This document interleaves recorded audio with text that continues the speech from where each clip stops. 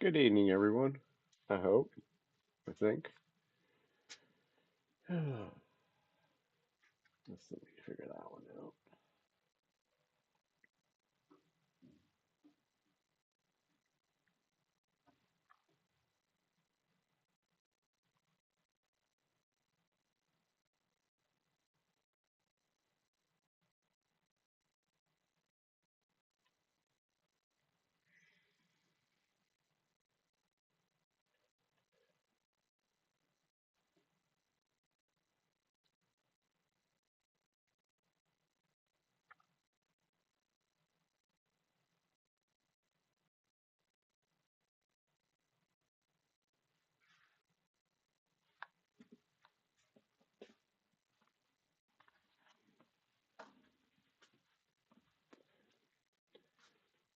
Well, good evening, folks. We're having some technical difficulties. More the operator error than anything else, but it is what it is. So if you were here last week, we did a couple of these little red oak bowls. Now we're going to come back this week and we're going to fill the grain.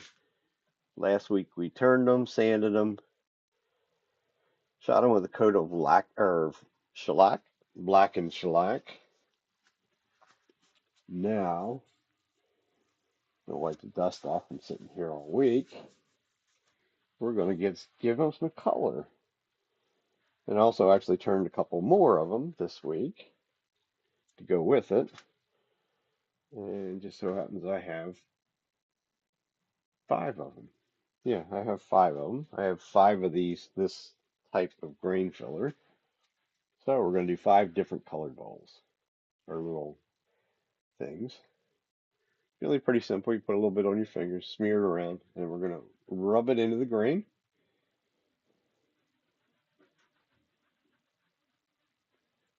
And then we will wipe off the excess. It's really kind of a simple process. Can be a little messy at times, but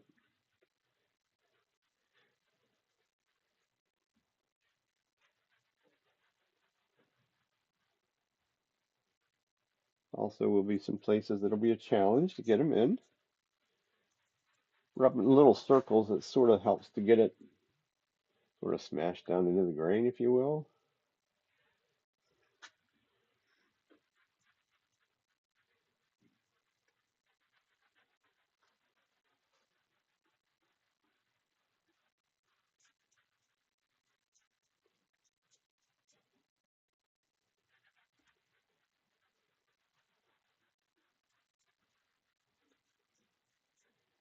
This is where the this is one of them times where you need to have properly sanded things. Not that you don't any other time, but this is when you'll find out whether you didn't miss something, scratches or something like that. If the scratches are deep enough and big enough, the grain filler will fill them back in, which doesn't necessarily look very nice. At least in my opinion, it doesn't look very nice. This one here, I'm seeing some little brown streaks down there around that foot. Looks like when I sprayed it with the shellac, it almost looks like I might have missed a little bit or didn't get it down in there as far as what it should have been. Trying to get down in that area is a bit challenging too. But if we don't, it just shows up a little black. Won't be able to see this, but this has a rim on it. This in here is going to be a little bit of a bowl. So I got to do that part of it.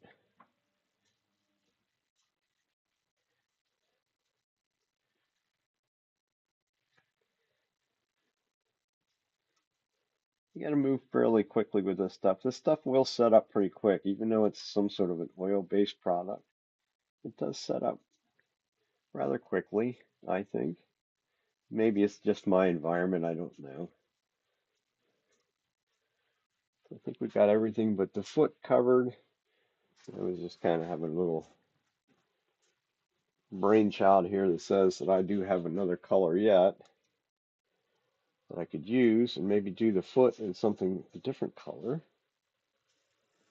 So we'll just use a paper towel and we'll wipe off the excess. We're going to get all the excess off the surface.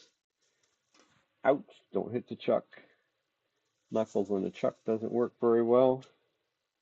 Doesn't really hurt, it scares you more than anything.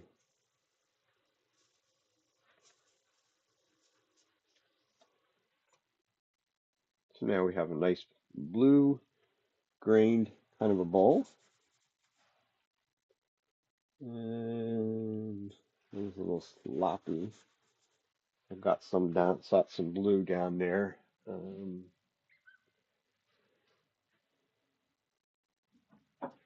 to see if my brain's working right. There we go.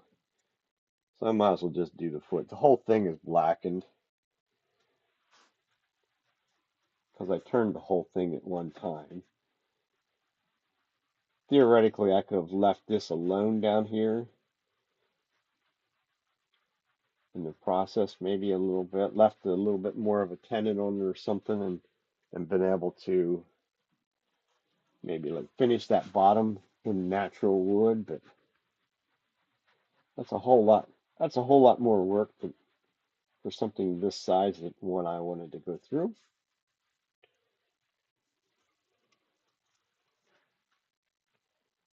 This is a bit of a time-consuming kind of a process, unfortunately. Like I say, we turned them last week, blackened them with the shellac,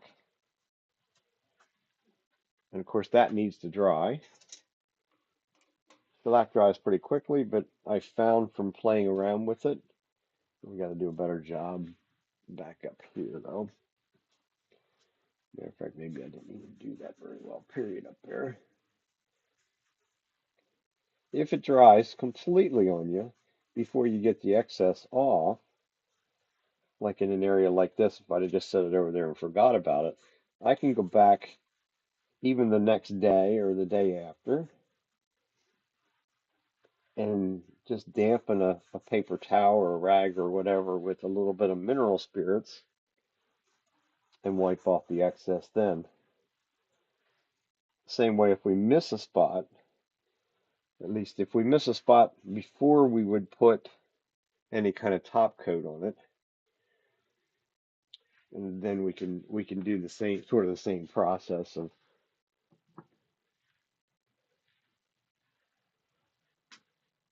of a little bit of, we could go back and fill it some more and go from there. So that was blue. And let's do purple. And then we'll get into the chameleon ones. I think I got my, yeah, gloves don't cost enough. I don't want to contaminate the color, so I'll just get a new glove. Whole lot better than ruining a piece just because you were too cheap to get a new glove on. This is a amethyst pearlescent, aka it's purple. It's really kind of a bright purple though, which makes it nice, I think. I think it looks nice.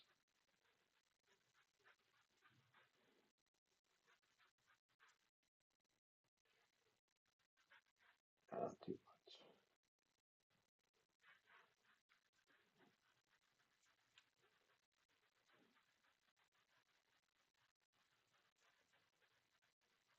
Stuff is kind of rather expensive, so I try not to waste it. Also, I found that when you get too much on at one time, then you get it smeared around in places you don't want it smeared,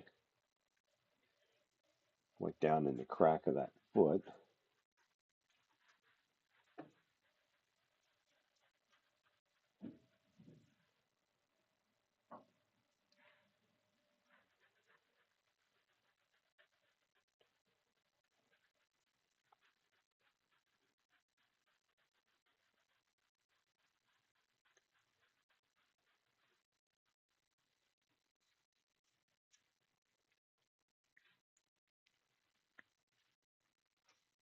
This one here is a little bowl too, so it has a rim. Make sure I get the rim good.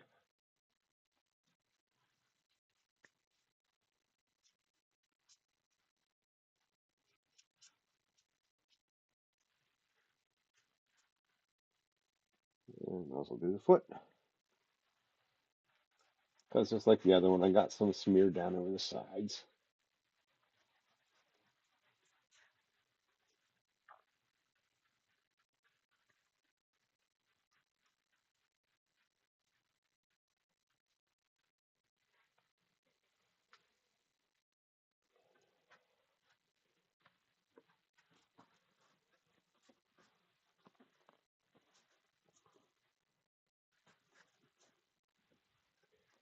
Sort of another one of them products you don't necessarily want to use directly on your fingers, unless you want colored fingers. I don't really want colored fingers tonight. There's plenty of it comes off with the paper towel, or at least some of it comes off. I don't want to push, not pushing real hard on it. If I push too hard on it, it can suck some of the excess out of the grain. Almost better off just to do it by hand. Once again, I'm using circular motion so that any that I pull out of the grain just sort of refills itself. These should be fairly shiny when you're done because what's underneath it is the shellac, which is already shiny.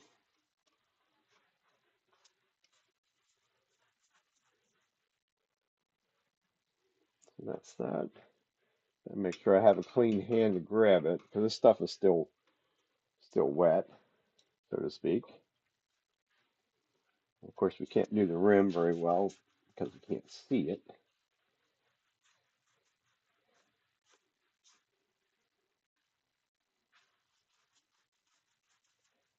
Go back, wipe off the excess.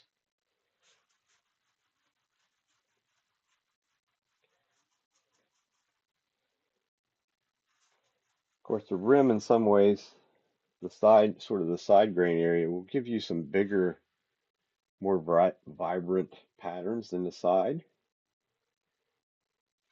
It looked pretty good. Set them off to dry. I have one more that's a bowl.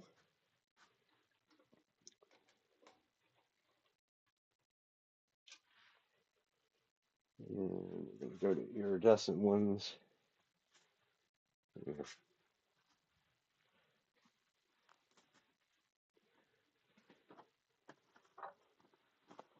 Gloves are more than cheap enough not to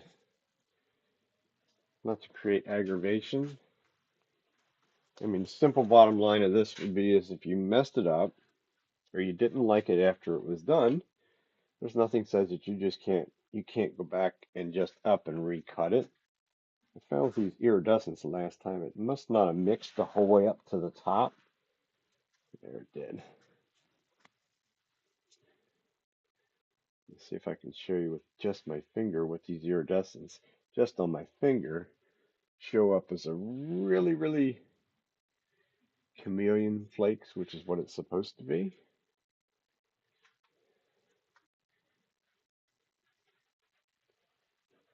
And it will shimmer in the light.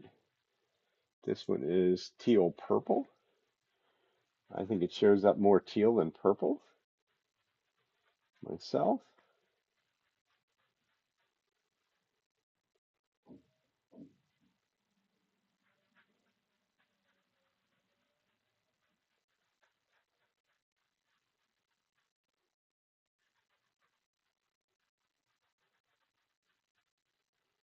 Just a little bit of something different.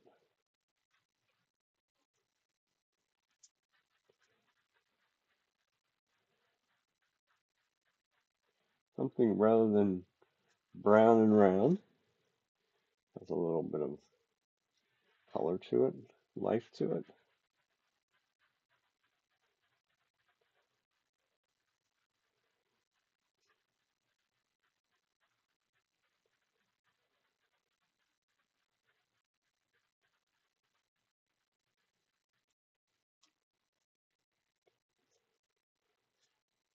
sort of the foot of these doesn't do much because there's not a lot of, not small of an area, although there is some open pores right there.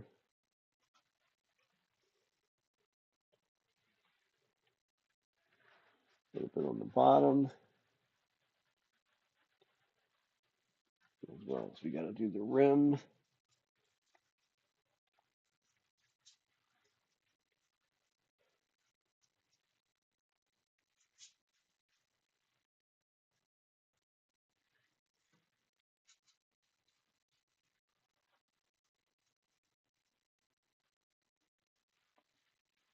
And that's that.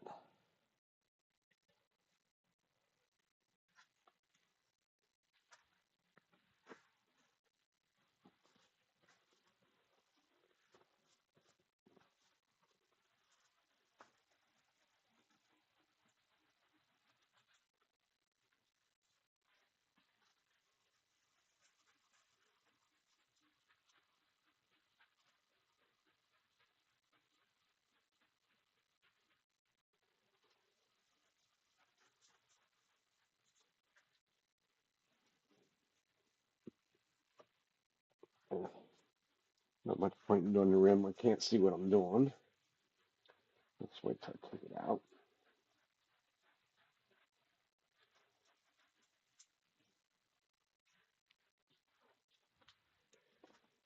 The bright lights really just show the green of it. When I look at this bottom, I don't think the camera will show that. Probably not close enough to it. But the bottom, since it's not bright light shining right on it, shows the purple, the more of the purple color in it. And what the top does.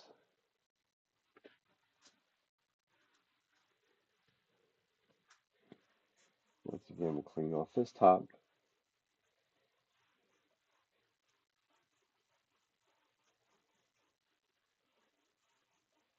This is sort of one of these projects that if you want to have a really bad day, as you can see, all I've done is the outside. The inside is going to stay natural wood. But in that same token, that means I'm going to actually shoot, probably before I'm done here tonight, I will shoot all these with a coat of shellac to seal in the grain filler.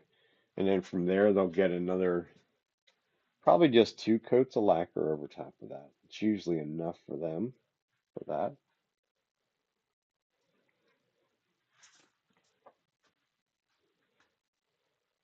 On to the next ones. These little things. If you were here last week, these are the little ikibanas. Some sort of a Japanese thing that the lady came to our turning club and asked. She wanted to give these away for something or other.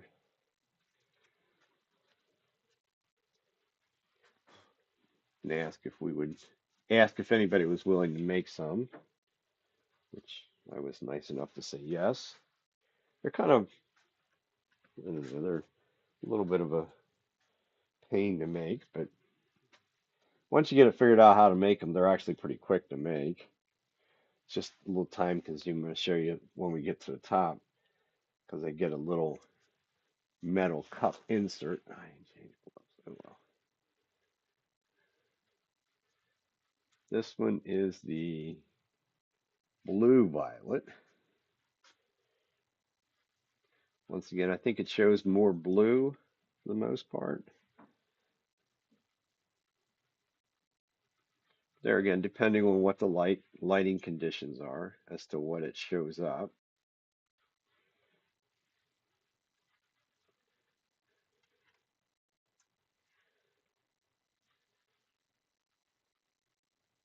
It also has a little bit tighter grain than the other ones did, a little less with a big wide grain. So it's not going to be quite as pronounced, at least in some of the areas anyhow.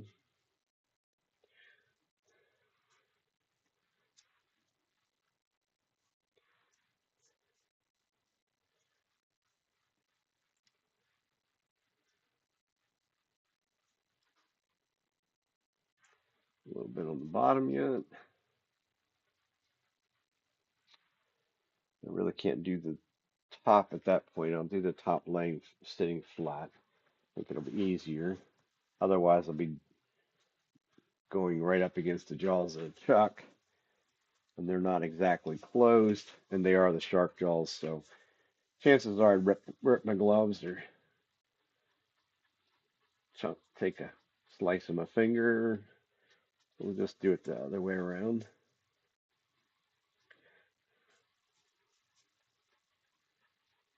Once again, we're wiping off the excess,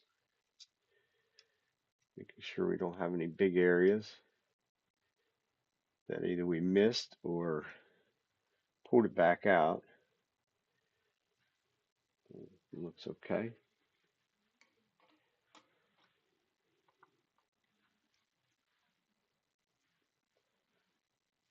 So now we can do that. Maybe we can zoom in a bit. We're not going that far. Hopefully don't make you dizzy that way.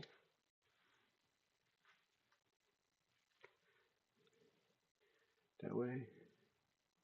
That way.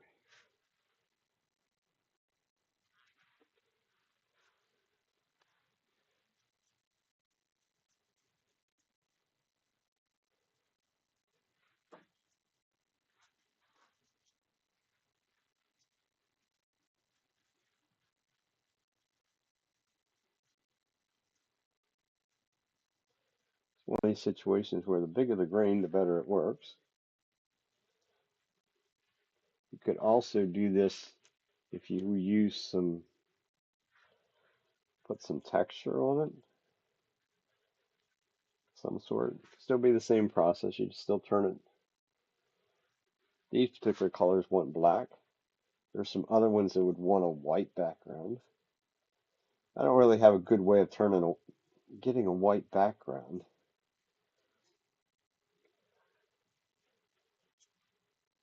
There we go.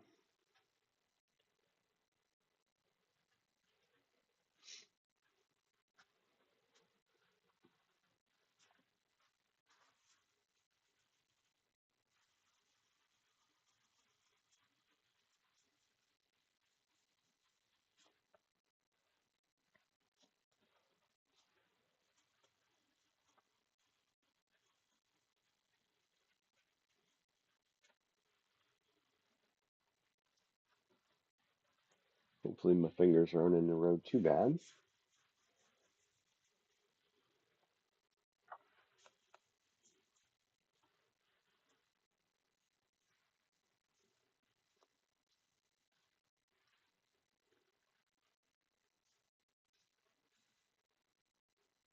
There's number 4. Oh, that would have been good if I had more blocks sitting here.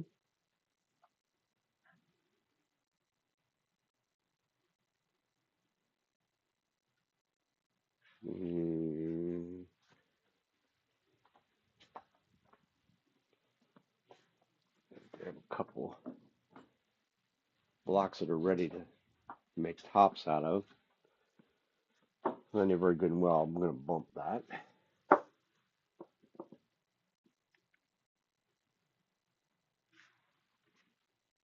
And then we'd have a problem. Last one. This one actually is black on the inside as well. I'm not going to put any filler on the inside. This gets a little metal cup that sits down in there, and then they put their flowers or I think some sort of flowers in there. Whether they're real flowers or dry flowers, I really don't necessarily know that part. Back up just a bit.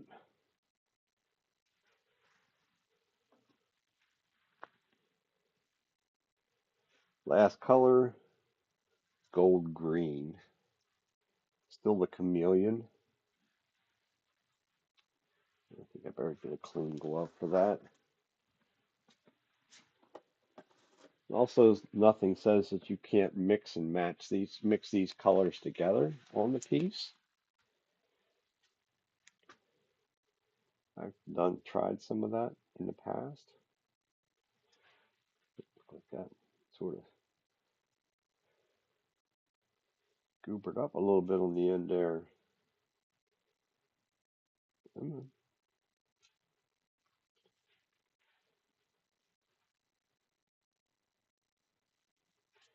want to break this tube in half.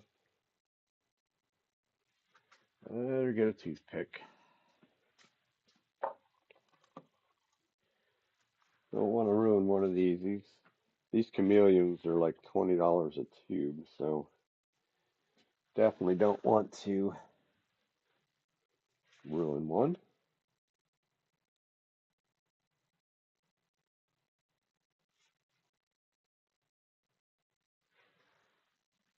And that one's very stiff.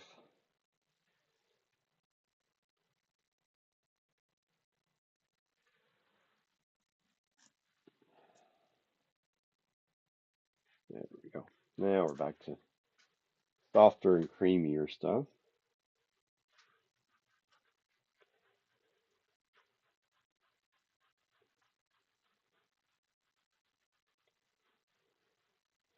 Once again, it looks more goldish than it does green, but once it dries,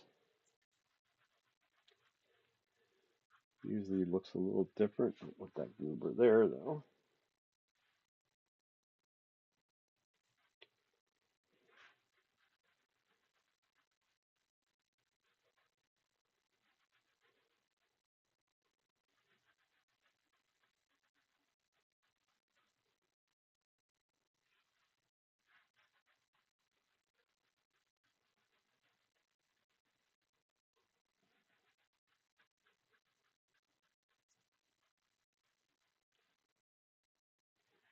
One thing about it, you don't make not making no dust and dirt right at the moment, which is good because I sort of managed to get a bit of a cold or something.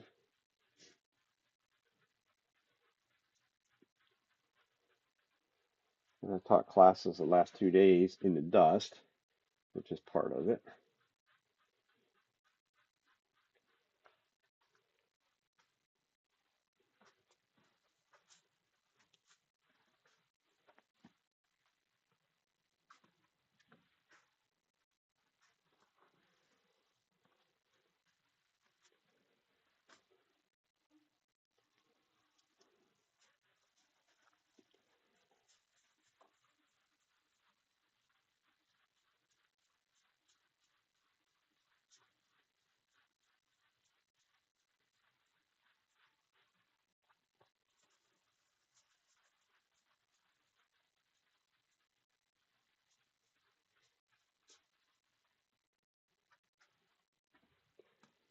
One thing I sort of have learned with this, places right here that being a little bit more difficult to get off. And I've learned that if just because it's difficult to get off right at the moment, if I rub it around a little bit more, is to just let it alone, let it dry overnight. Tomorrow I could come back, or probably even later on tonight, if I was so minded, and take a little bit of mineral spirits on a towel and clean off those little areas that it wanted to stick to for whatever reason. The general reason would be, hold it up here, see, hopefully that's not, yeah, it's okay. No, I don't have to bend over. Some of those places would be a place that maybe I didn't get quite enough shellac on it. I put the shellac on with the airbrush, easiest way, because I get a light coat on there. Because I'm really all I'm after is to seal the grain in between the open parts of the grain. If that makes sense. I want to leave those open bits of grain open.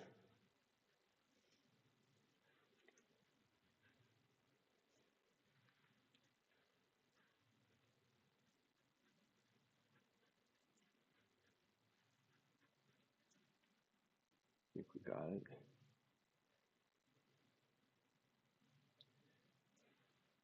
Like I say, with these chameleons, I can't say that I would rush out to buy more of them. The solid color ones, yeah, I think they're not, I think they're really nice. I think, and their Chromacraft was making a different version of this stuff at one point, which is a really nice product to work with. But lo and behold, they decided they shouldn't make them no more. Kind of curious as to what's going to happen with these down the road, because Nick Agar was the one that really promoted these, used them a lot, and I'm sure helped them sell a ton of them, ton of the stuff. And he passed away from cancer, so who knows what will happen to that stuff moving forward.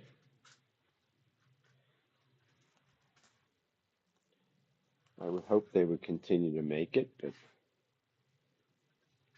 these manufacturing world says that they have to sell a certain amount of it, or it's not really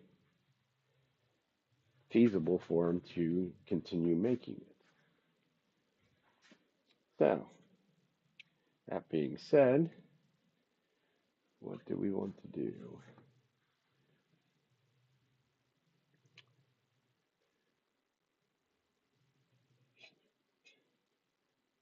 Kind of have a nice little. I'm not going to do that one first. I have a couple bowls that I was working on filling some of the voids in.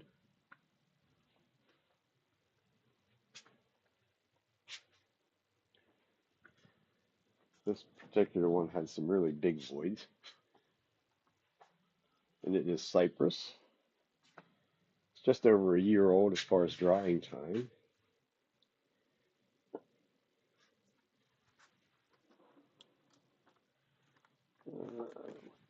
Bigger one, does a bigger window fit? Barely, that'll fit. We'll just keep this chuck on there. It'll make it stick out a little bit further for me.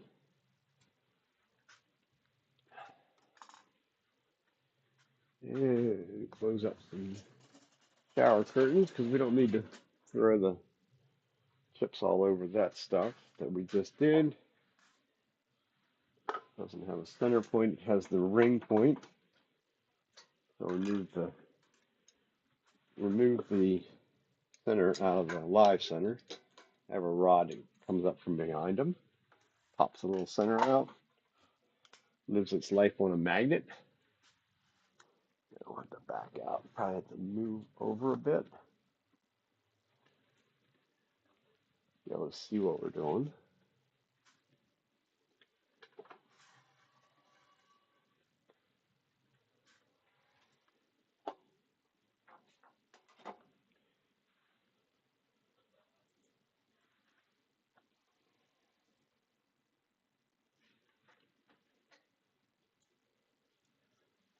Basically now we're back between centers, which is pretty much where I work at all the time. How I would start something, put it that way. Um, the likes of Richard Raffin and some of those other people maybe would just grab that, kind of the way it is, and put some grooves in there and expand out into it. But it's nice that way, but I don't know. It becomes sort of a bit of a pain. You can get away with it with the shark jaws because they're so long, but if you don't have them, then it doesn't really work very well.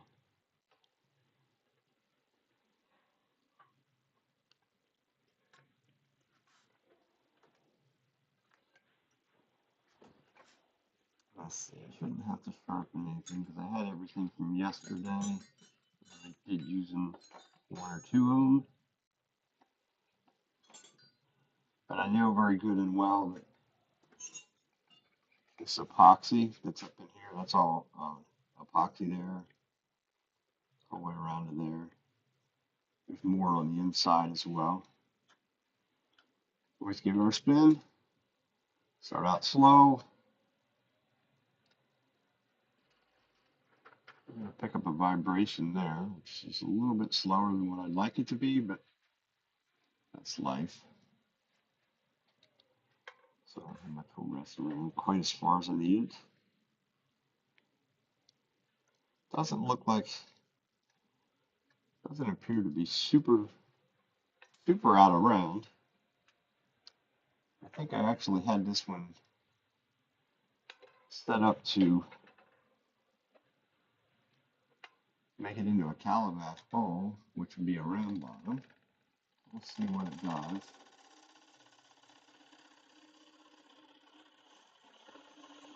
Actually see what it does when it gets up through the epoxy part.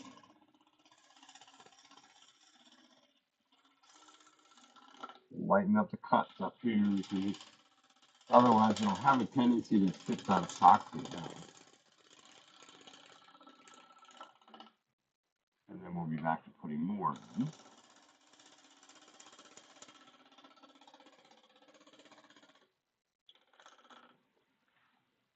Let's see what I've written down here first. Yeah, it's pulling a little bit chippy right there. We'll have a little bit. We're going to have a little bit more to take off of there. I think as well as I think the scraper will clean that up as well when we get to that point.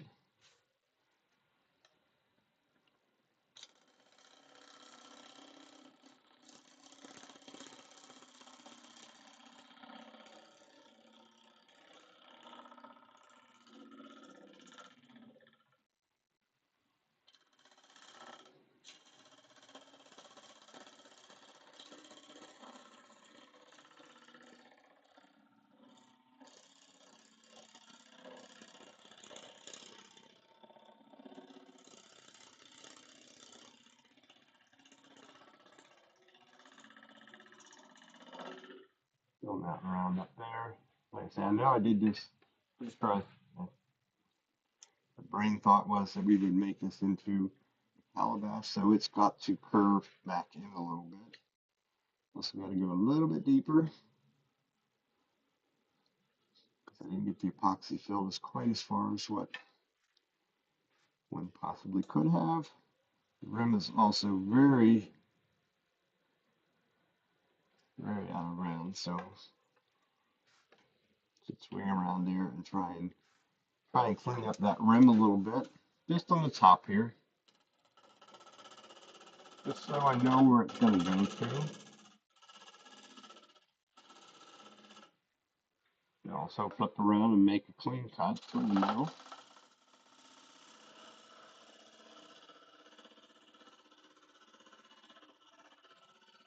Which would be a left-handed cut for a right-handed person. And in the wood turning world, you kind of need to know how to use those hands.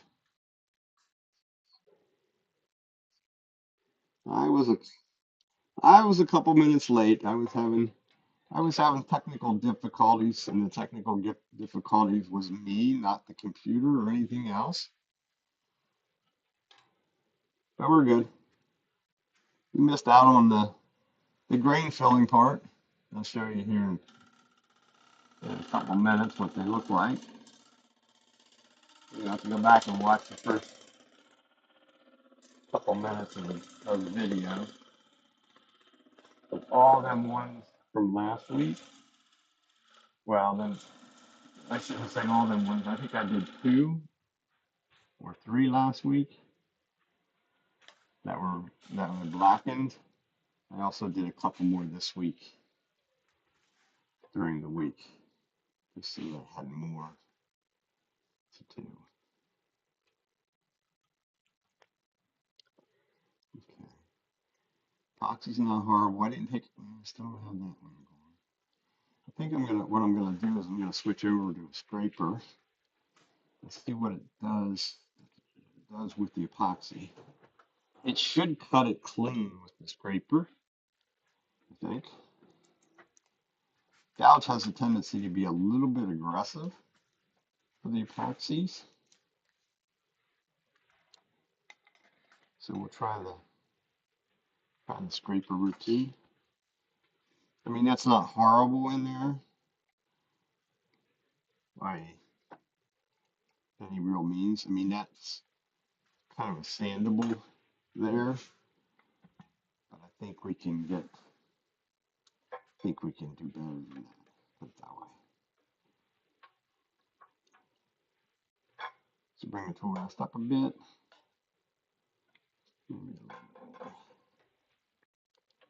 Gotta be less than 90 degrees as it comes around. Well, we can't get a little bit of, there we go. Now we got rid of the harmonics.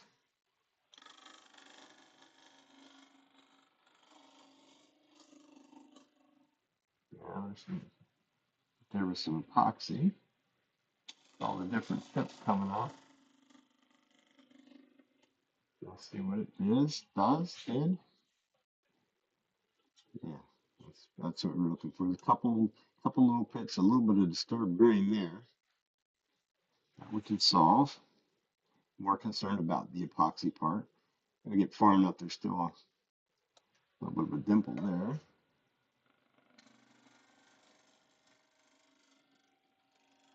A little disturbed grain, a little shear cut with the scraper will take care of that problem.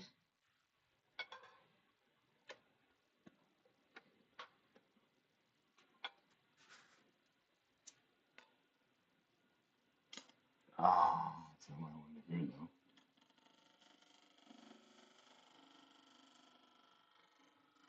though. Keep going a shear cut all the time. That little snap sounded like it just snapped a piece of epoxy. Yeah, I tried to. Gave you a little. It was just a little too aggressive. I was hit it before I was quite ready. So I took a little of that out. First order of business is get down to where we need to be now. On that curve.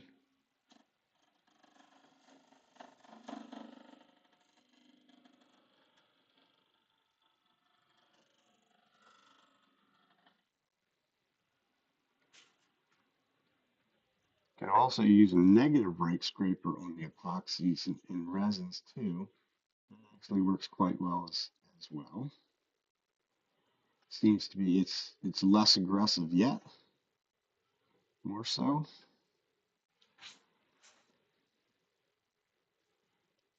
Okay, I think that is probably good enough. I think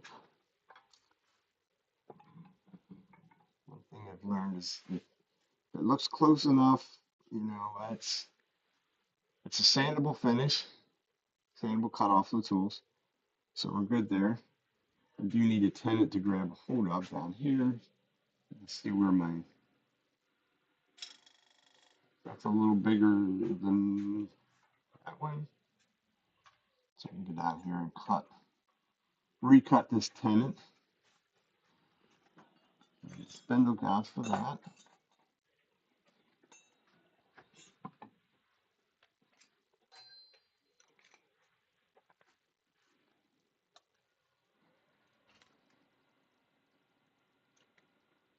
Which helps to tighten the tool rest up.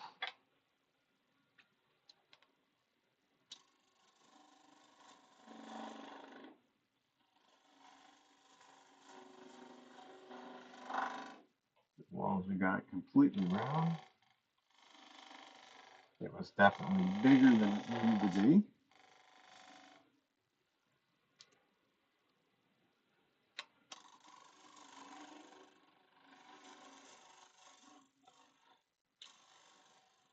Around a sharp edge.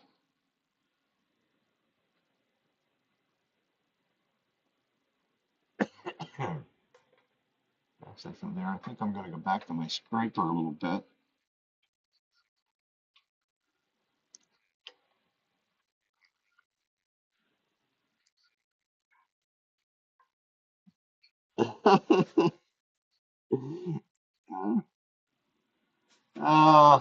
Alan, next time you want to do a demo like that, if it's worth your time and effort, You should come up and visit me, and we could do it. We could do it right here. You could come up and spend the afternoon and practice a little bit here or whatever.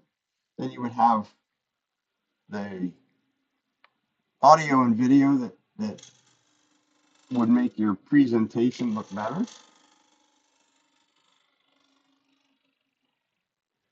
That would be the only thing I would say on something like that. And that's a lot of the, I mean, that's a lot of the people that are demonstrating for him on a Wednesday night. I mean, they haven't invested the kind of money that I have sitting here to be able to do this. That would be the only thing I would say. As far as your demo goes, it looks to me like you knew what you were doing, or at least had a real good eye of what you're doing. So yeah, I mean, there's nothing wrong with it.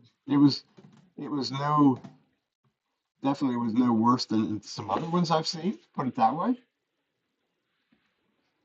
There's just, like I say, that the video and the audio part is really difficult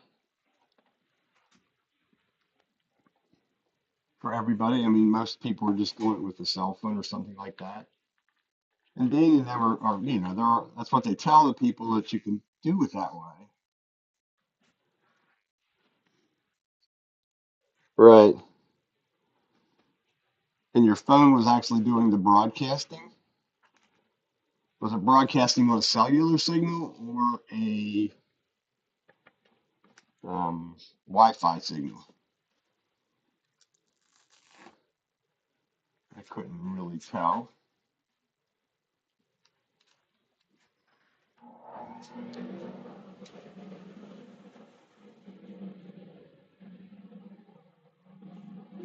Sure this piece of sandpaper has any cut left in it.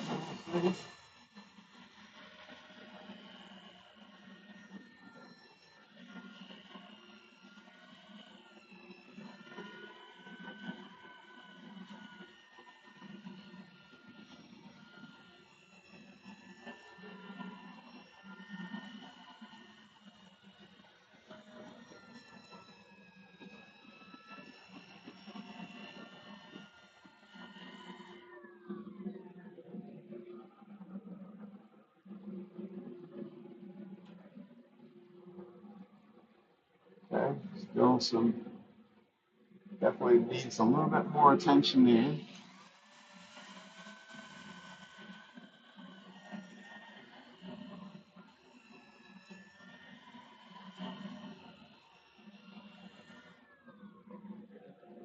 This may not be the most spectacular because that's actually little holes. They're little air holes. This is not a deep core epoxy, so it doesn't always cure without having bubbles. And I had a bunch of tape on here, so the bubbles couldn't escape. I think I'm going to leave that alone because those little air bubbles, once we get this completely finished or ready for finishing, I won't be able to use my super glue finish on this, I don't think, because the epoxy and the super glue do not get along very well. So this one will probably actually get a lacquer finish on it, which will fill in them little holes for the most part. But I'm going to sand most of it.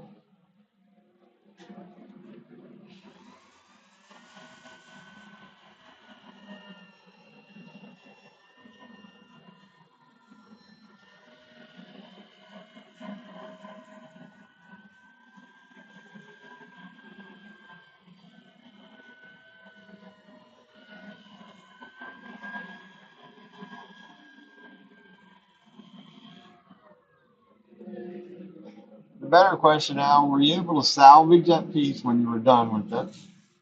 Or was it a demonstration piece that became a piece of firewood?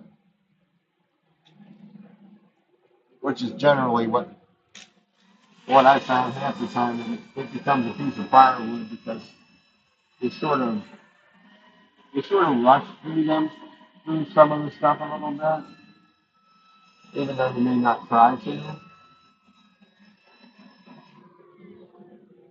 But the time factor is always in the back of your mind, at least in mine.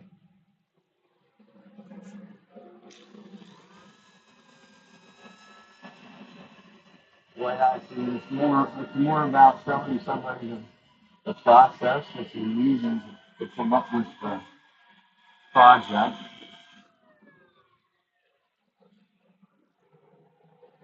Oh, there you go. Well, as long as you were able to salvage it, that's really a good thing in my book.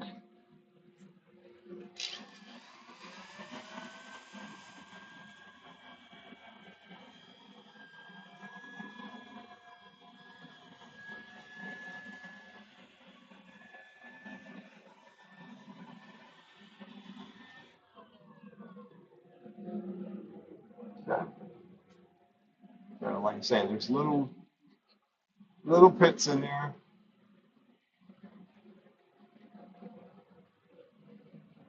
Not worried about down here. It's going to become a calabash, so that's right where we're going to stop at.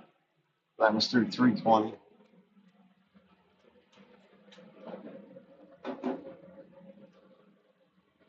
How you doing tonight, man?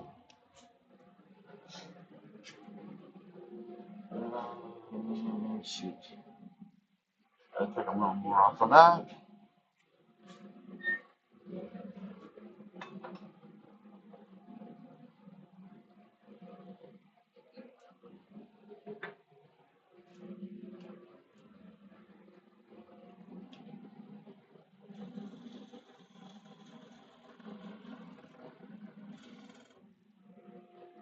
See if I can get this tenant too small.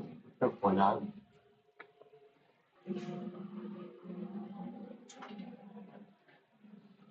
If I did, we'll have to go back down. Ooh, wasn't very kind to my little piece of rubber.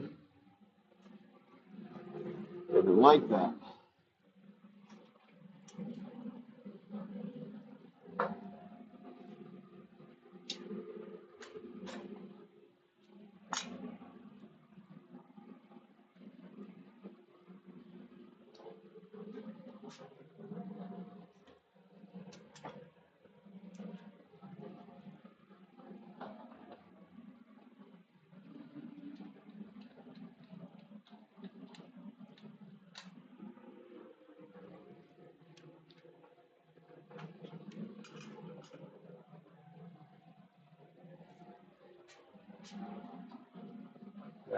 Let's see. Hopefully. Oh, yeah. Just right. Just right and lucky. Better be lucky than good any day of the week. I think I'm going to leave the dust collector on for the moment, anyhow.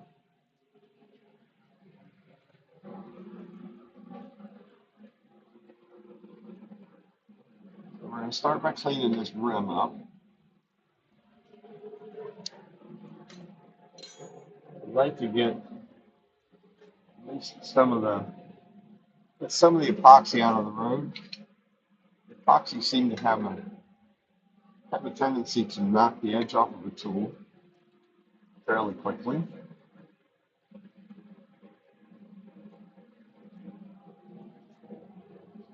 So we'll get our rim straightened out.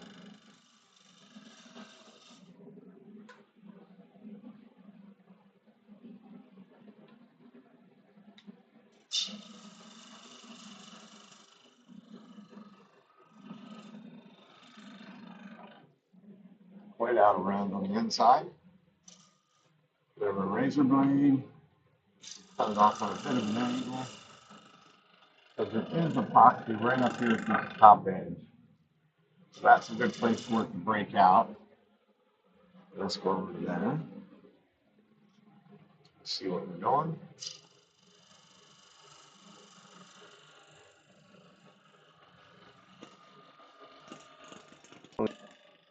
Easy.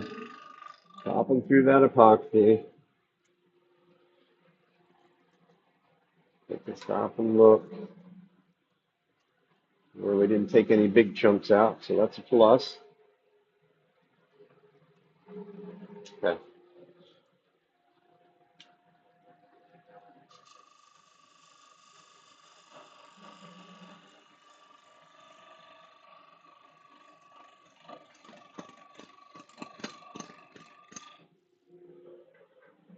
Somehow. Oh, let's see. Why is my dust collector not collecting any dust? The dumb hose comes out back here.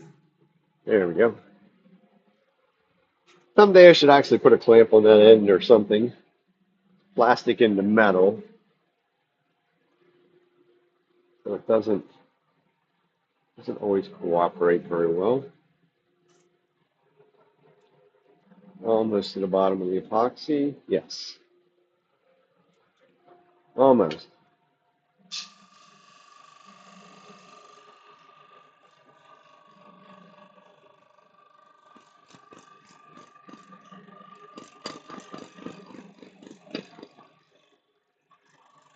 There it went. Now we can make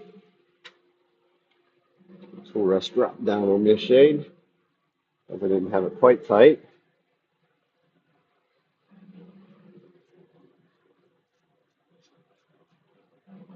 I don't too often mess with these ones that I have to use epoxy with in. I find for the most part, if it cracks, then it's not gonna. You have to screw around with it with all the epoxy. It's almost a waste of time as far as I'm concerned. But every once in a while, you get that bright idea that says, "Yeah, I should do that," and get better with using the epoxy and filling things or whatever. But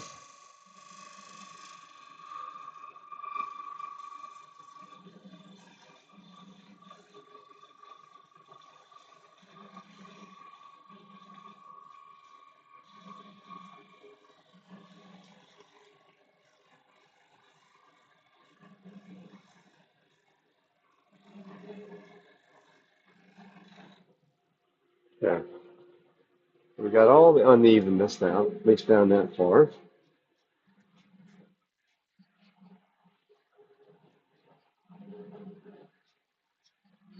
This is cypress, and as far as well, I know it actually is a local cypress. I always thought when the guy gave it to me, this is the guy from the Turning Club that always comes up with some interesting stuff, interesting wood for us. And he said, "How about some cypress?" I'm like, "Cypress grows in Florida." He said, "You dumbass, no, it don't." He said, "There's cypress that grows in Pennsylvania." Okay, I'll take it. I mean, I did a couple pieces. It's kind of nice. It's kind of it's different for sure.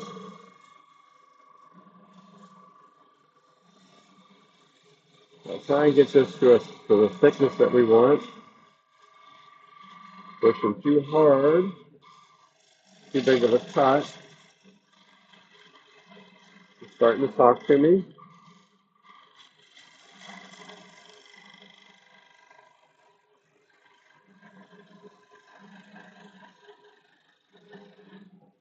I got to watch my curve once we get down a little bit further because it's sort of when you're doing the calabash style. I mean, it's the thickness is right from about there down to about an inch. It definitely thickened up really quickly right there. But I also don't want to try and make it thin or even on the bottom because I got more work to do down there on the bottom yet. And it has been quite some time since I've done the one that was a true calabash.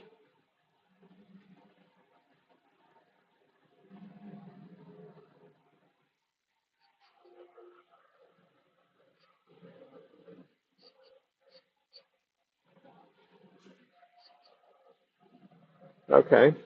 Well, now the cypress that we would have that would grow in our area, and you can answer this better than I can.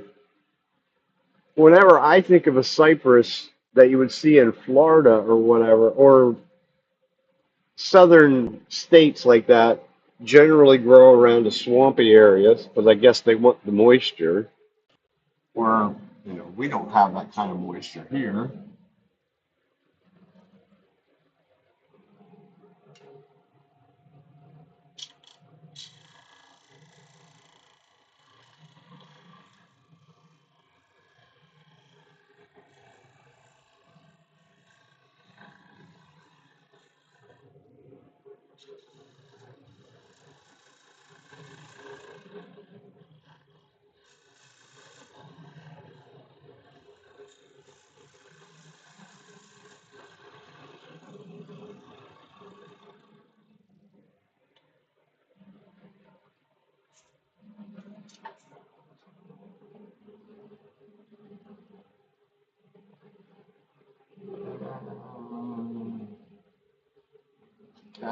Got the curve down a little bit farther.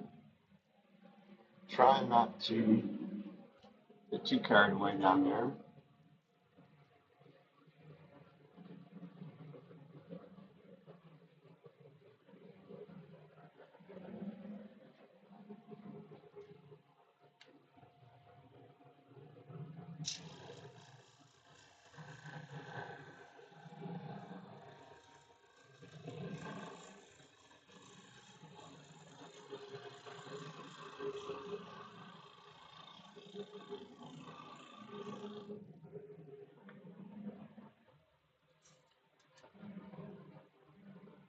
Yeah, that feels nice. Not necessarily the most perfect cut I've ever made.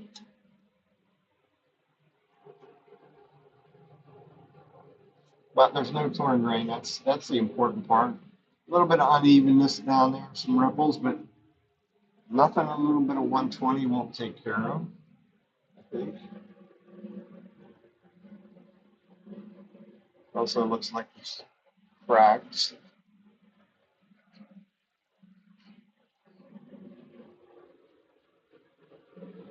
Okay, once again, we got, as always, we would have 10 different kinds of the same tree. Put the razor blade here before I touch it. I'll switch to one of the other gouges that I did not use yesterday. Yes, that one's sharper. Should be sharper.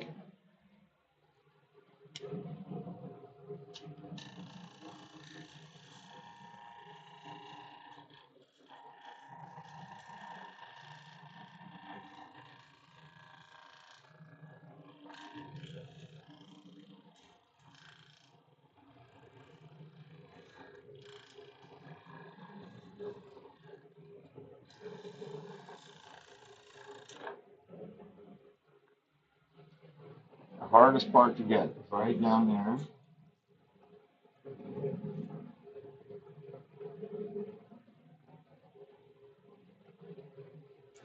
Probably the easiest way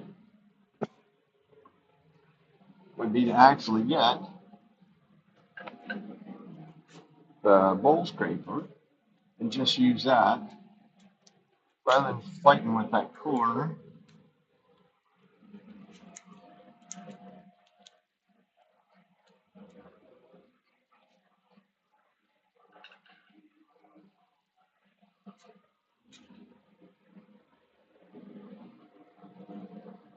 As far as I know, this cypress actually came from up here. I'd have to ask him.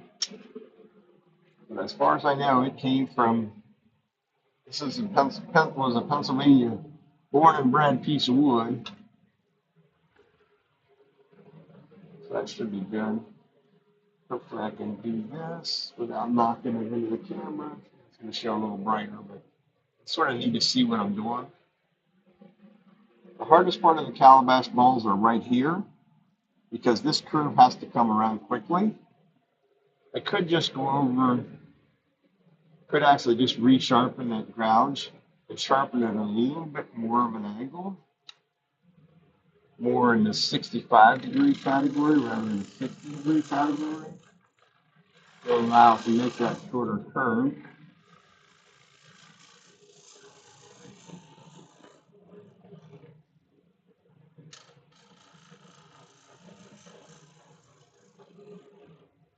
But nothing says that we can't just do it with the scraper. As long as the scraper cooperated, not overly, but we can correct that.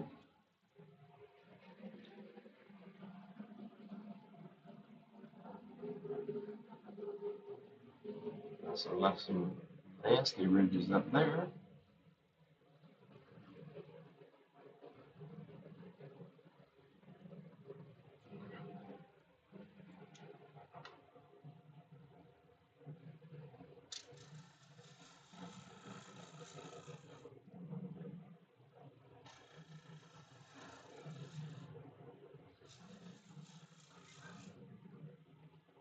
Nice pencil stroke.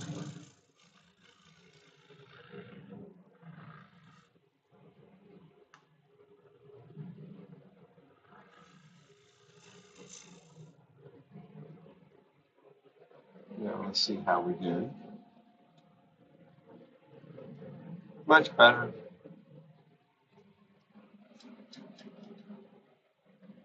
I still have some ridges way up here. A little leery of going up there because of this epoxy. I think our best bet from there is just up and sand it. I have plenty of material, I think. Feels like. No sense being dumb, we'll just measure it. So we're probably 5/8 of an inch thick there. Sort of fattens out at the end of that, probably a little more than 5/8. But I'm also going to wrap that outside shape down and around. So I think that's good. At least I'm going to call it good that way. We're not going to try and make it super thin. I want it to be more functional than anything.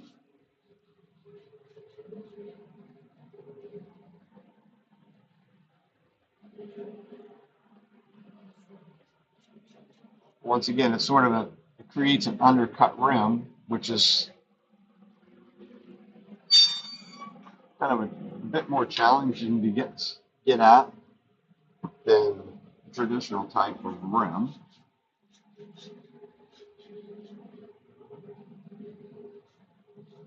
There's some lines in there. I yet to do one that I don't have a fair amount of lines in there that I need to get rid of. But especially with this stuff is actually very soft. At least when you go to sand it, it's very soft. Or at least it seems that way. Sands really quickly, really easily.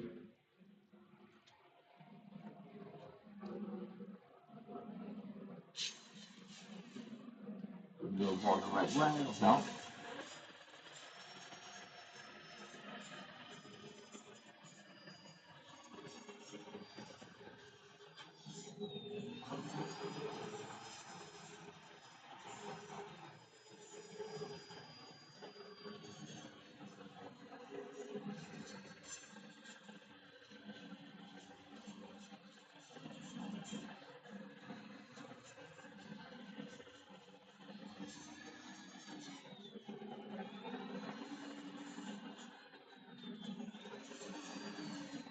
Maybe give this a little bit more of a round edge than what it had. I'll take a peek. See whether we got rid of our tool marks.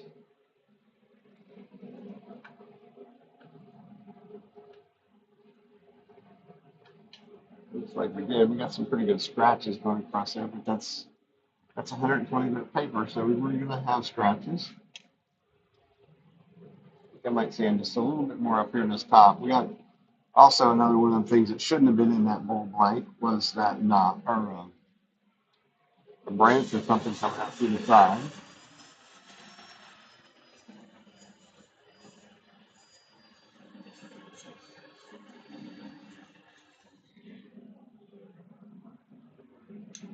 But you can't have everything. You can't have perfect wood every day of the week.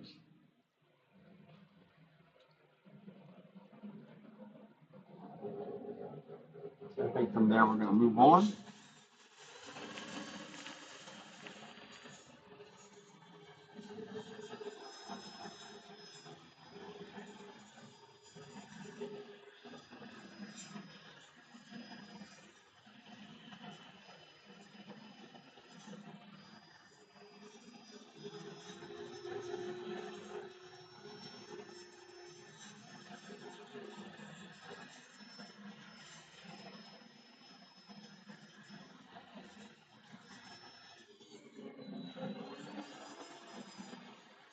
This style bowl is also much more difficult to finish all the way around. Now, if it didn't have all the epoxy crap in it, wouldn't be too bad for me. I could finish the inside with the super glue like I normally would. And then I'd have to wait for a day or so, at least for a day, because the bottom of this, the only way, easy, Never say the only way. The easier way for me to do the bottom of this will be um, on a vacuum chuck. Although I do have a chunk of pine over here that I could do.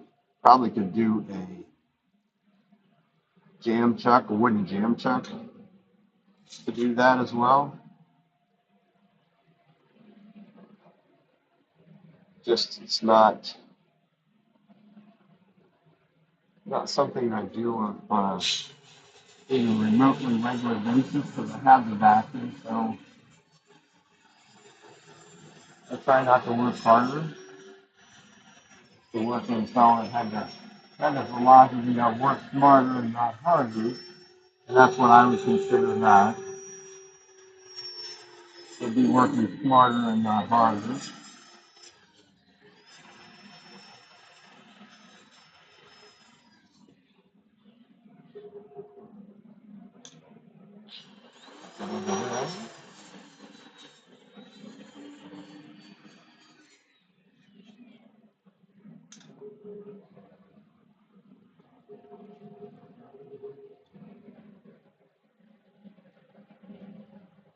Definitely does appear that there's still some hairline cracks in there.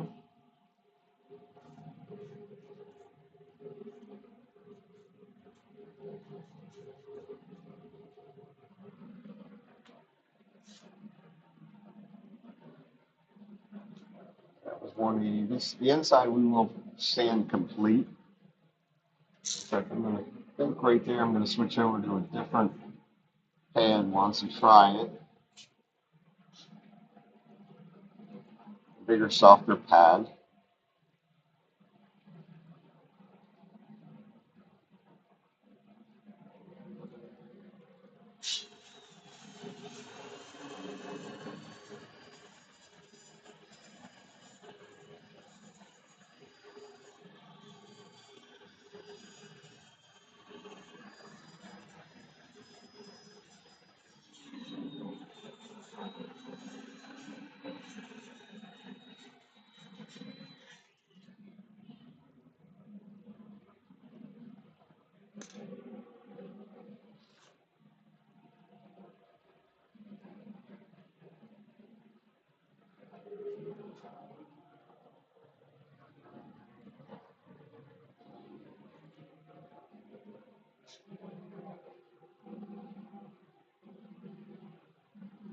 Kind of a bit of an adventure yesterday in the class teaching an episode of I don't I told my wife I said you're gonna have to come down here and get dirty with me someday so I can maybe you can tell me what I'm doing wrong with some of these people to try and get them to understand what I want them to do. And one poor this is a younger person and we got the outside of the bowl done fine and dandy, sanded up, a little bit of beeswax on it. Get to the inside, and I warned all of them. I said, I keep trying to stress to them, if something doesn't sound right or you do something, stop the lathe, back up, and trying to and use your little brain a little bit and say, well, what am I doing wrong?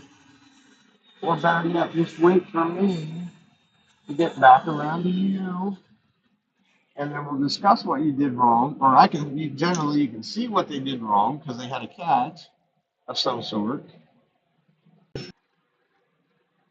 But getting them to stop and do that. I did have the one guy, he had a nasty catch. I don't know how it stayed on the lathe.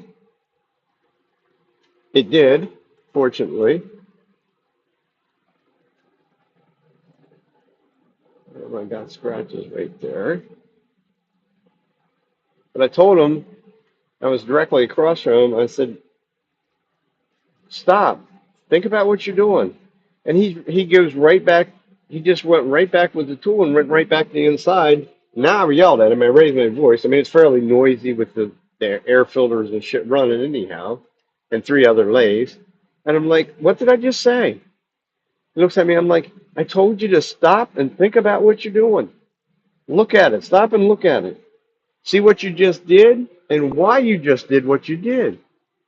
And I finally convinced him to stop the lathe, and he went in and looked, and I'm like, by that time, then I was able to get around to him to see what he did, and I'm like, you're one lucky dude. I said, if I had a catch like that, I said, I'd be throwing it right off the lathe.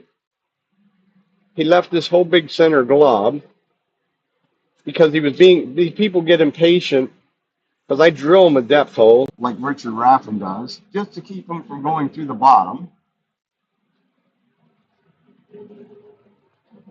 And he was too impatient to wait for me to get it over to him, or say, come over to me and say, hey, can I have the drill and I'll drill my own hole. No, we're just gonna do it like we know what we're doing.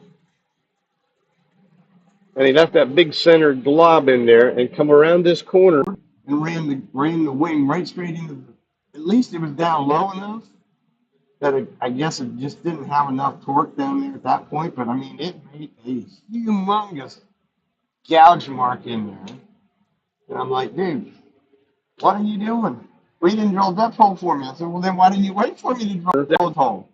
We're all going to get this thing done together, even if it means we're going to be here past the 3.5 hours, which we were. I'm like, there's no rush. When you rush, you make mistakes, like you just did. It's like, wow, people, I don't know. And the one lady kept telling me, well, I'm here to learn. I said, well, then open your ears and learn. Show them something 3 or 4 times, and they turn around and flip the gouge over and go the opposite direction. I'm like, what did we just discuss? What did we just do with me helping you? It's like it went in one ear and out the other. So a buddy of mine says, how was your class today? I'm like, I don't know. I think there was a lot of air between the ears or something. I was kind of at a loss to why some of them were doing what they were doing. It makes me think I'm not explaining something right. I'm not showing them the right thing. But I don't know. I was at a bit of a loss with that one yesterday. No pokey holes in there. So that's the inside finished. Anyway, ready for finish. I could maybe use a little bit of hand sanding, a little random orbit hand sanding in there. I do see some little scratches here and there, but that I can do after the fact. I'll leave it on the truck for the moment. Get our four figure of the two, I think. Yeah, bigger vacuum chuck. We'll grab it on the vacuum. And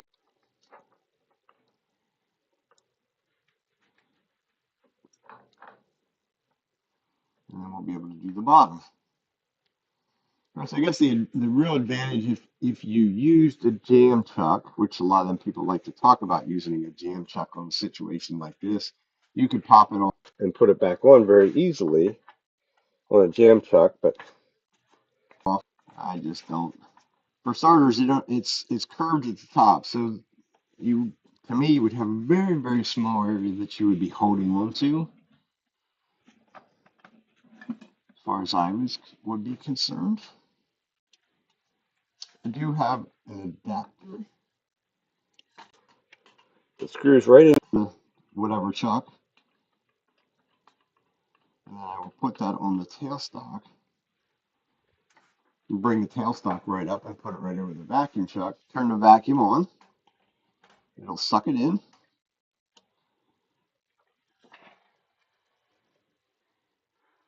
Is it perfect? No, never. But it's in there tight. You hook up the vacuum, turn the vacuum on, and it'll release the chuck. I'll still bring the tailstock back up because there's no point in not bringing the tailstock back up. Plug it in.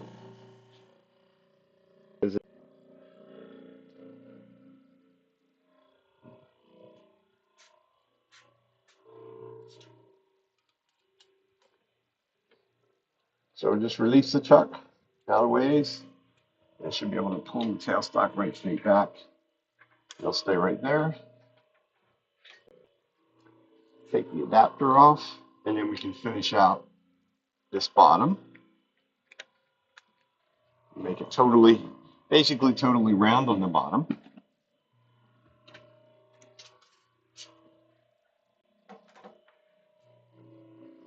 All goes well, it lands right back in that little groove that we had earlier. So that's a good indication that it should run pretty true. Yep, maybe not perfect, but certainly true enough for what we're going to do, because we'll just blend everything back together when we do that.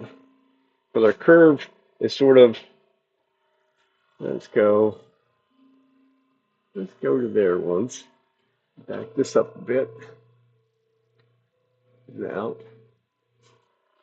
so you can see as this curve comes around where my foot is at, it's coming, in my vantage view, my view of it is it comes around here and sort of goes almost the opposite direction, where I'm going to take material off here as well as down here to make this curve continue on down around the corners, if that makes any sense to anybody.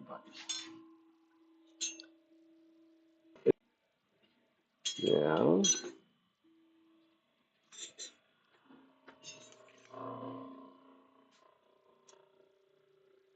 And we'll have to take our time, because I pretty much stay under 1,000 RPMs on the vacuum chuck,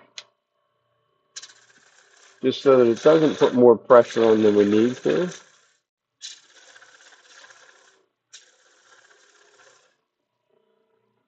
We actually well, no, maybe we will make a cut going the wrong way,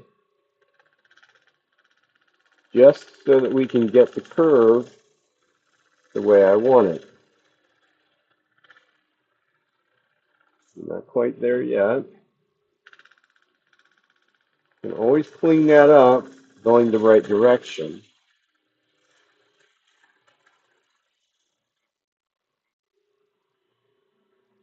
How's the land down under?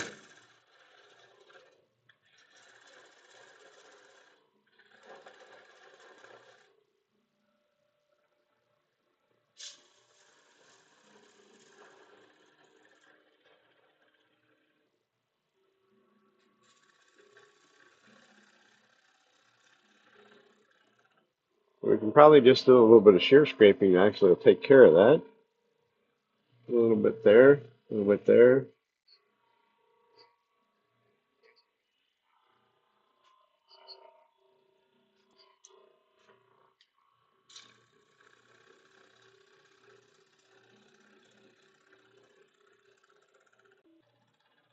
Well, not to sound rude on your work day, but you're actually talking with a whole bunch of people right here that's in the retirement life. I'm probably the one that has retired less time ago. How's that? Put it that way.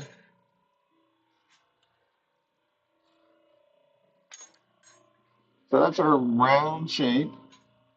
A perfectly clean cut there. But like I said, this stuff stands so easy. It's actually very disturbed right there. But the 120 is going to take that away quickly.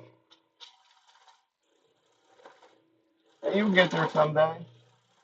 Everybody gets there someday. Most everybody, put it that way.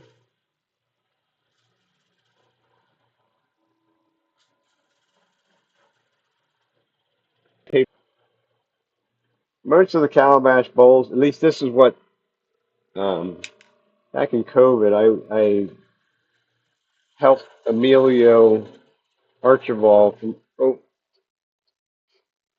over in Hawaii. So I got to learn more and more about doing this. And he said, it's a round bottom, but he said, leave, a quarter size, $half size flat in the middle, and they'll actually sit better on the table. That's a little bit big, but till I get it sanded, it'll probably be a whole lot smaller than that.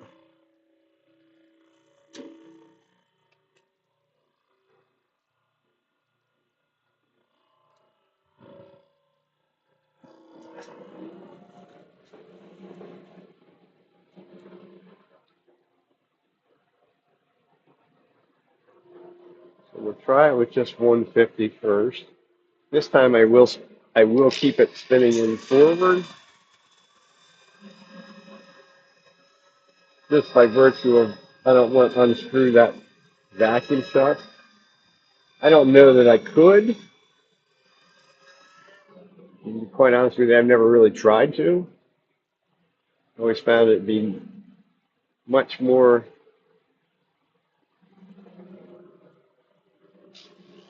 not trying something like that. So shrink that little bit down there a little bit.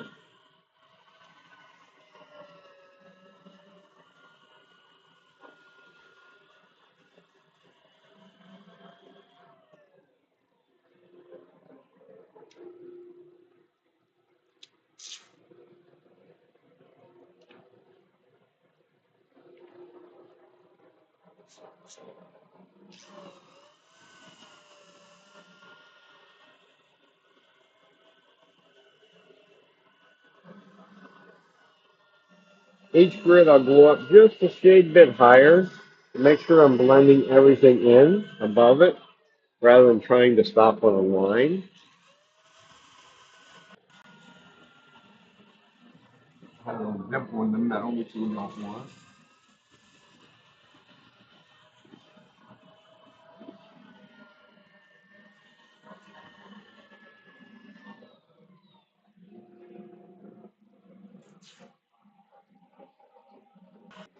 Is that all? uh, well, you ask any one of these other guys, I used to say the same thing from the company I originally worked for was a lot of people that were sort of older and were in that category of getting closer to retirement and things like that. And they're like, oh, I just think you got another 25 or 30 years. Well, believe it or not, that flies by.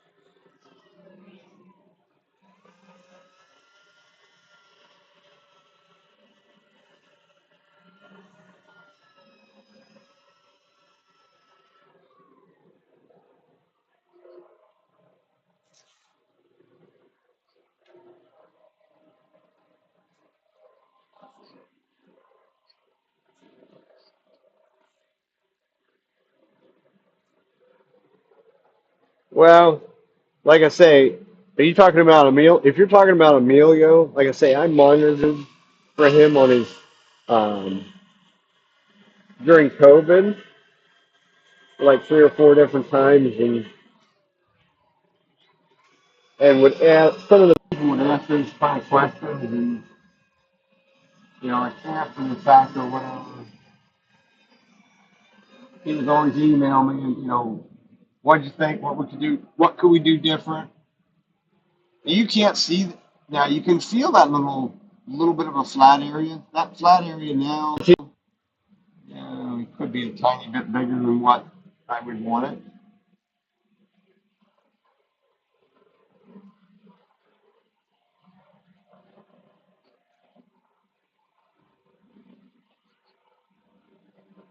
Yeah. Well,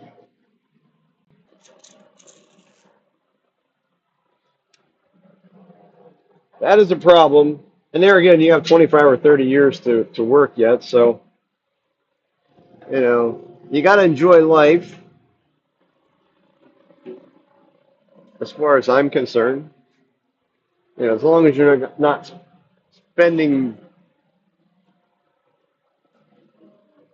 to me, as long as you're not spending like way more than what what do you want to call it, your budget, you're spending above your means of what you're making, and I don't see where that's an issue, but want to save for that rainy day of retirement, unless you work for a company that has like a really good retirement plan or something like that, and might be a little different. But like I say, this thing is going to get blacker. Right. Well, and that's it. It's it in a nutshell. And then you retire, and you sort of have to watch the amount of money you're spending because you don't have a giant sized income anymore.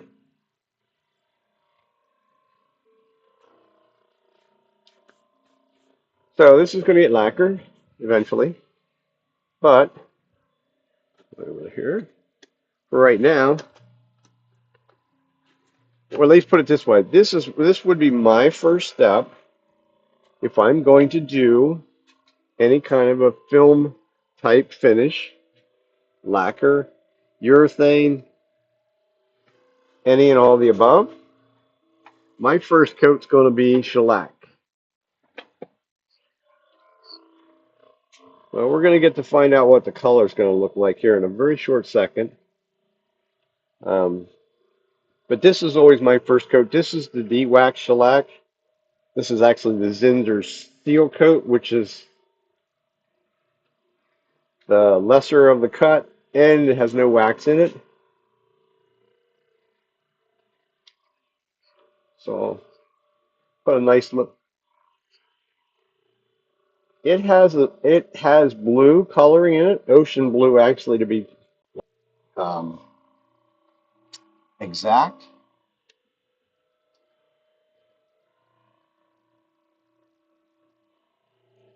I found that and it's really hard to get it translucent because I put a little drop out on a piece of wood, and you're only mixing a little bit of epoxy at a time to start with. Um, and I just touched the tip of the popsicle stick, which is what I was using to mix it. And that's all the coloring that I put in it. And it almost always seems to be too much. Some of the areas, it's hard to say, it's hard to tell at this point right now. I might be able to tell once I take it off here. But that's my first coat. First first coat for any of that stuff.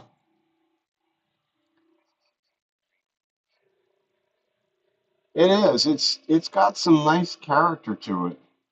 I was really surprised. Got these dark streaks running through it, dark areas. It does turn nice. So that's our coat of shellac. And give this a minute to dry. It's still being held by vacuum.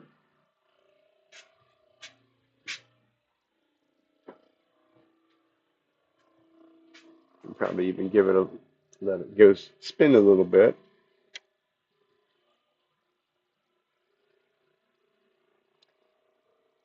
So that will take a bit of time for it to dry.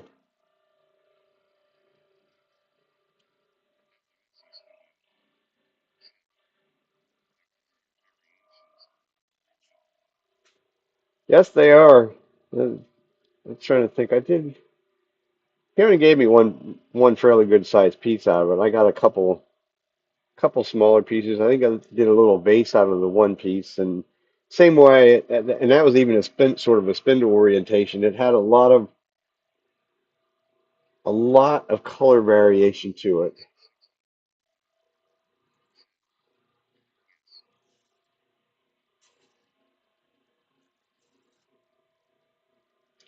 So that doesn't take very long to dry, or at least start to set up. Put it that way.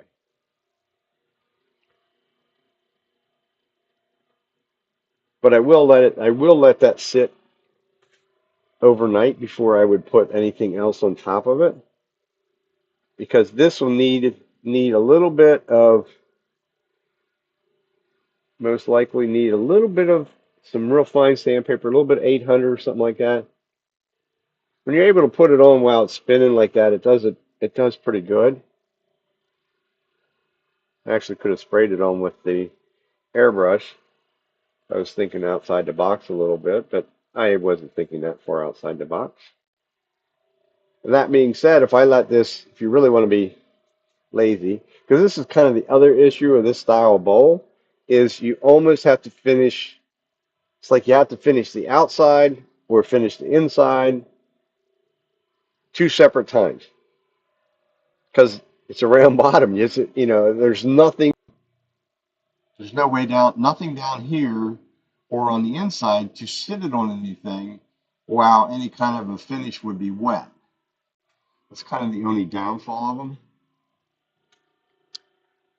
And they are very challenging to spray, at least spray with a big spray gun, which is what I have. Um, the outside is no problem, but the inside will be a place where you can end up with some runs. Definitely not thrilled with the epoxy work. I see some, but most people don't look at it that hard. For me, I still see some little pits in there. So this may end up with more along the lines of 3 or 4 coats of lacquer.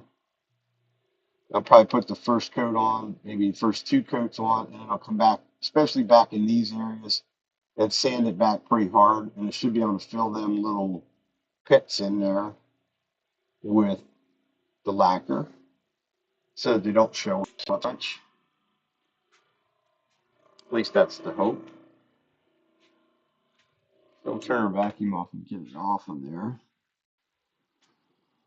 It does take a little bit for the vacuum to actually bleed off enough to let it go.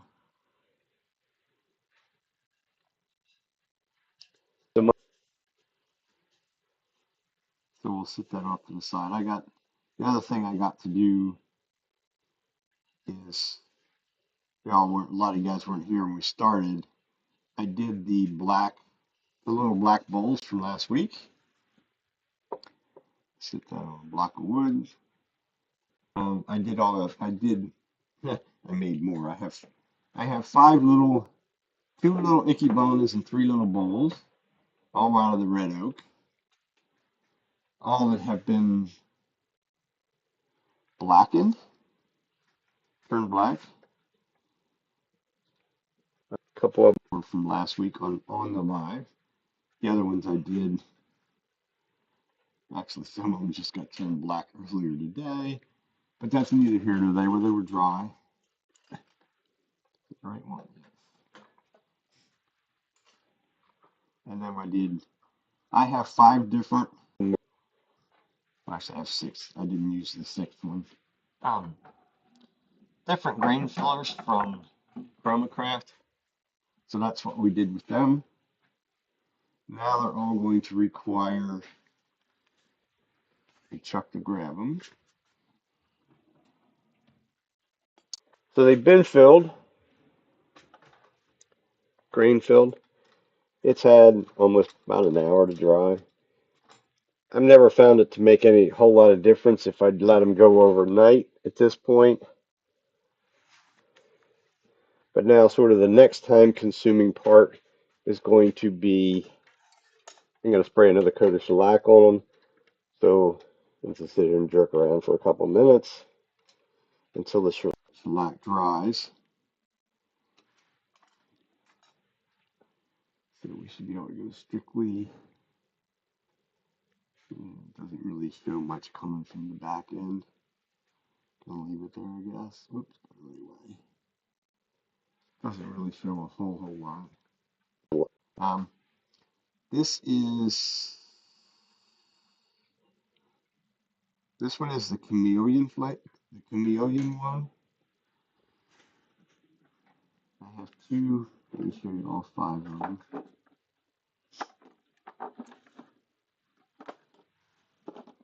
I like playing with these, so I'll see if I can remember which was which.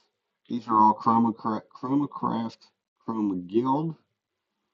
So this one is one of them said something about green, blue, violet, gold, green. No. I don't know, they're really hard to tell. This one actually has purple in it, so it's not that one. Blue, violet, purple teal. Teal was more of a green color. Depending on, I don't know that it really, I don't think the camera is good enough to, let me see if I can, let me zoom in a bit and over a bit. maybe you can see it a little bit better. It's really hard with this light because that side of it for me, standing here where I'm standing at, looking at it, this side of it looks purple, this side it looks green. So once it gets its finish on it, it will sort of do the same thing as you move it around in different light, then it will change colors, which is sort of what it's supposed to do. It's just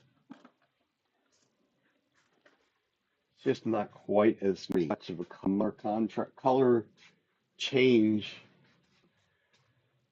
as I would as I would like it to be or would have thought it might have been.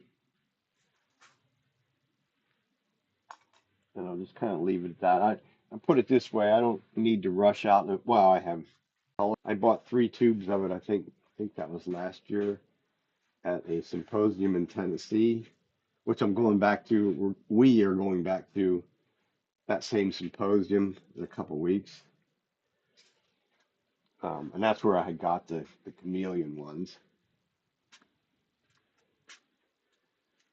But I would say that like I say, I wouldn't necessarily want to have to run back out and get more because I think they had a couple more different colors of it. But I wouldn't say I was totally disappointed with it. But in the same token, I wouldn't say that I needed to run back out and buy more. So that being said, dust collector's back on. Dust collector's on just so that that gathers up all this airborne shellac, airbrush. Oops. See how if I turned it on now, I guess.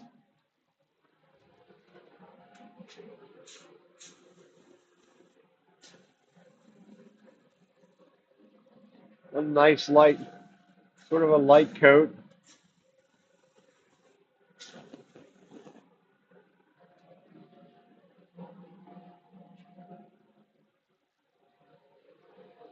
And then we'll give about a minute or two to spin and dry.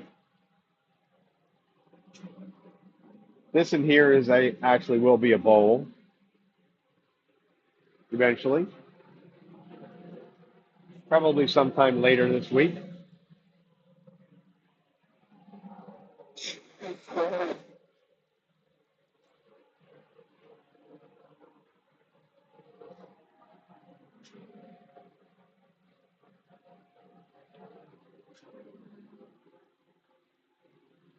Still wet.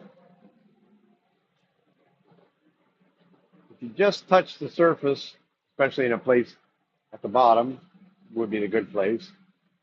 I use a water-based lacquer as well. So if I wanted to, I can switch over, once this shellac would be dry, I can switch over to lacquer, the water-based lacquer, and spray that the same way with the airbrush and actually get very good results with it. The only problem is it ties the lathe up that takes about an hour to dry between coats. But in this case here, it basically has 2 coats of shellac on it now. So it really only takes about 1 or 2 more coats of lacquer over top of that to get a really nice, and then it's actually be a gloss lacquer, so it'll have a really nice high shine to it. Let it sit for a couple days and buff it, and you can even buff it to a higher shine if you want, or leave it like it is. It's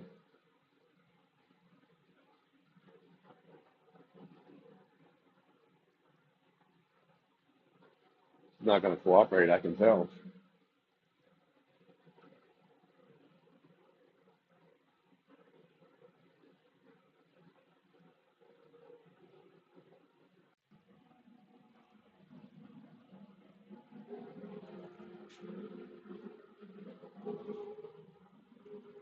That's sticky.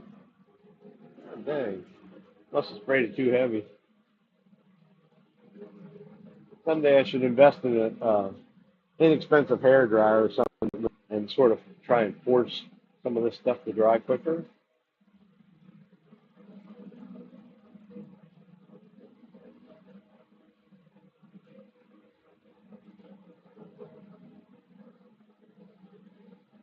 Problem lies is I need this. They use the shark jaws on every one of them, so yeah.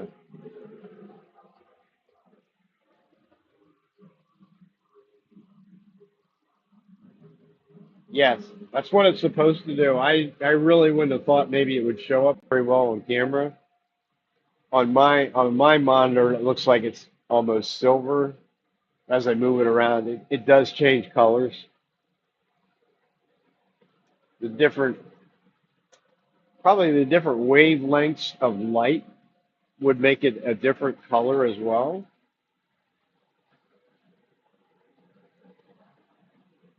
I think they're kind of neat. I think I did it most of the time when I do the lanterns and stuff like that for kind of the Christmas time area. I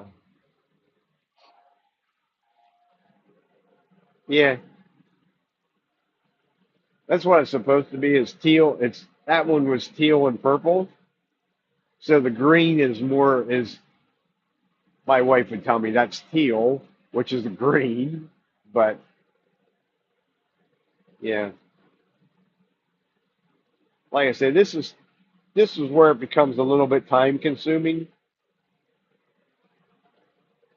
I'm not sure whether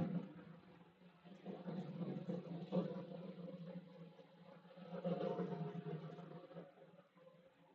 think the little I'm thinking the little Ichibanas might go over top of these jaws. Maybe, maybe not.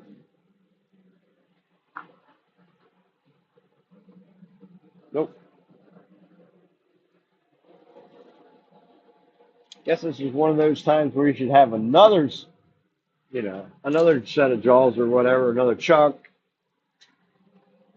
or just be more patient than what I normally am.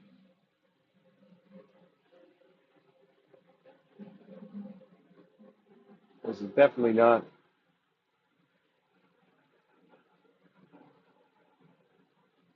drying very quickly.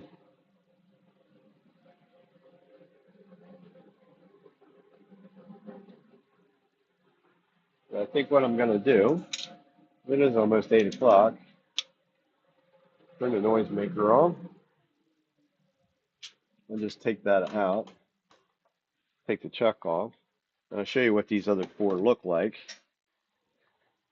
or show all five of them what the comparison would be in the different colors. See, now when I flip it straight up and down, that's why it wasn't drying. You got too carried away in the middle there. I actually have some little runs coming out. That's why it wasn't dry there. It's not, it's still sticky elsewhere as well.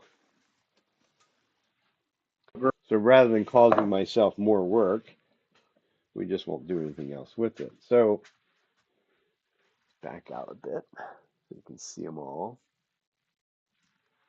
So there's the one that was on there. Get that out of the road.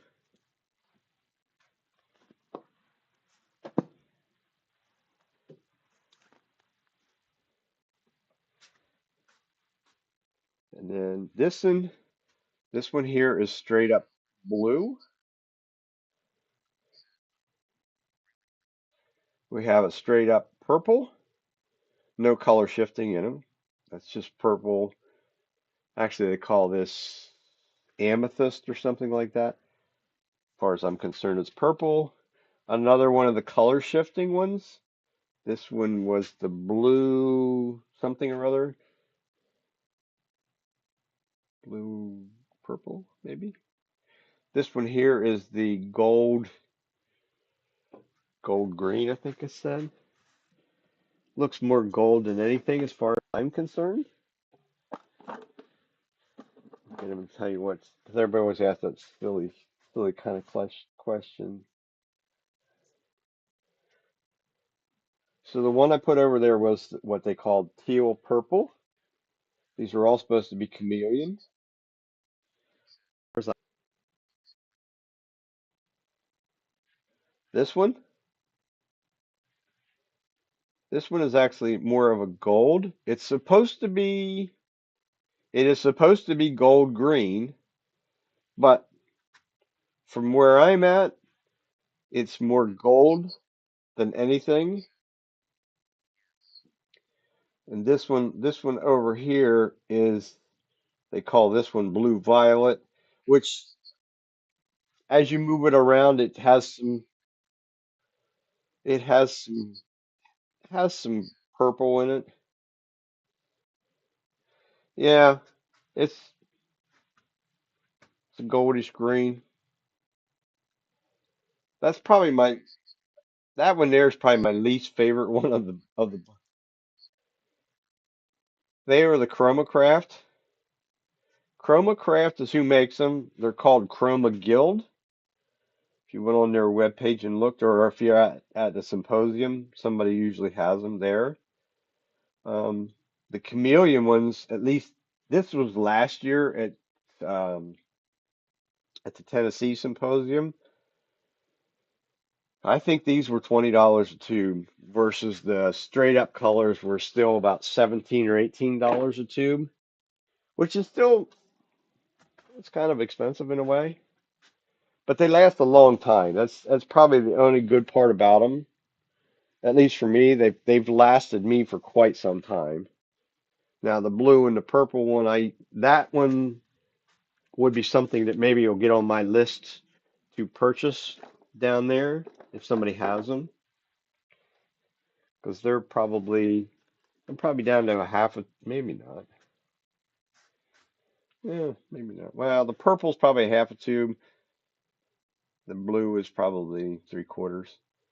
So maybe another purple one. I don't know. I don't, some of that little incidental stuff I don't necessarily like to run out of. Um, Chromacraft used to make a paste. They quit making that a year or so ago, maybe 2 years ago. They had an accent paste, and this stuff was really, really nice to work with. This jar is about empty. This is the only one I ever got, and I went to get more of it, and then, of course, they quit making it. It's a little different to work with, a little bit just different to work with than the Guild creams, but I don't know. They all work. It's just which one's available. And there's other ones out there in that kind of accent kind of things. I have some stuff from Hampshire Sheen. Have some stuff that has Jimmy Clues' name on it. Some of it's the Hampshire Sheen stuff is a wax.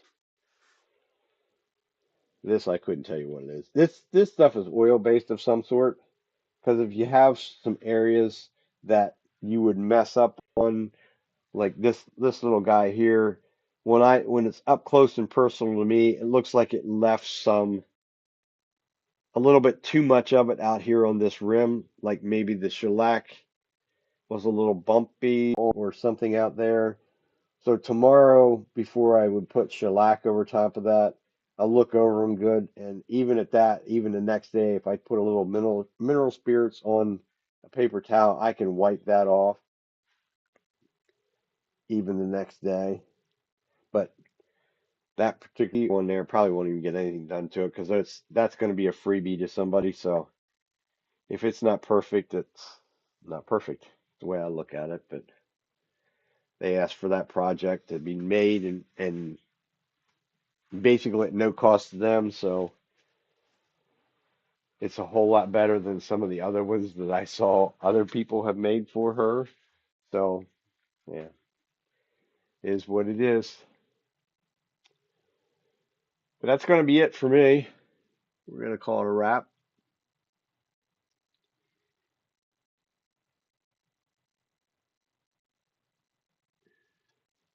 And everyone back there. There we go. Um, I think that's it. That's it for me tonight. I'm not going to start anything else. Because the only other thing or the one thing that I kind of need to do, I need to make more tops again. Um, People can't seem to get enough of them. Um, we're now in two different venues as far as selling this stuff, and they just keep selling half a dozen of them a week. So it's kind of like the next great job of making top after top after top and keeping them stocked up, but keeps the tools flowing in the shop. That's what we need to do. So till next week, if I can find my keyboards back here. Yep. You all have a wonderful week. Stay out of trouble. Hopefully, I'll get a couple of these actually fixed up for Wednesday night. I'll be able to show them what they look like all shined up till Wednesday evening. Um, yeah, should be able to. So until then, you all have a wonderful week and stay safe in your shops. And we will see you next Sunday night.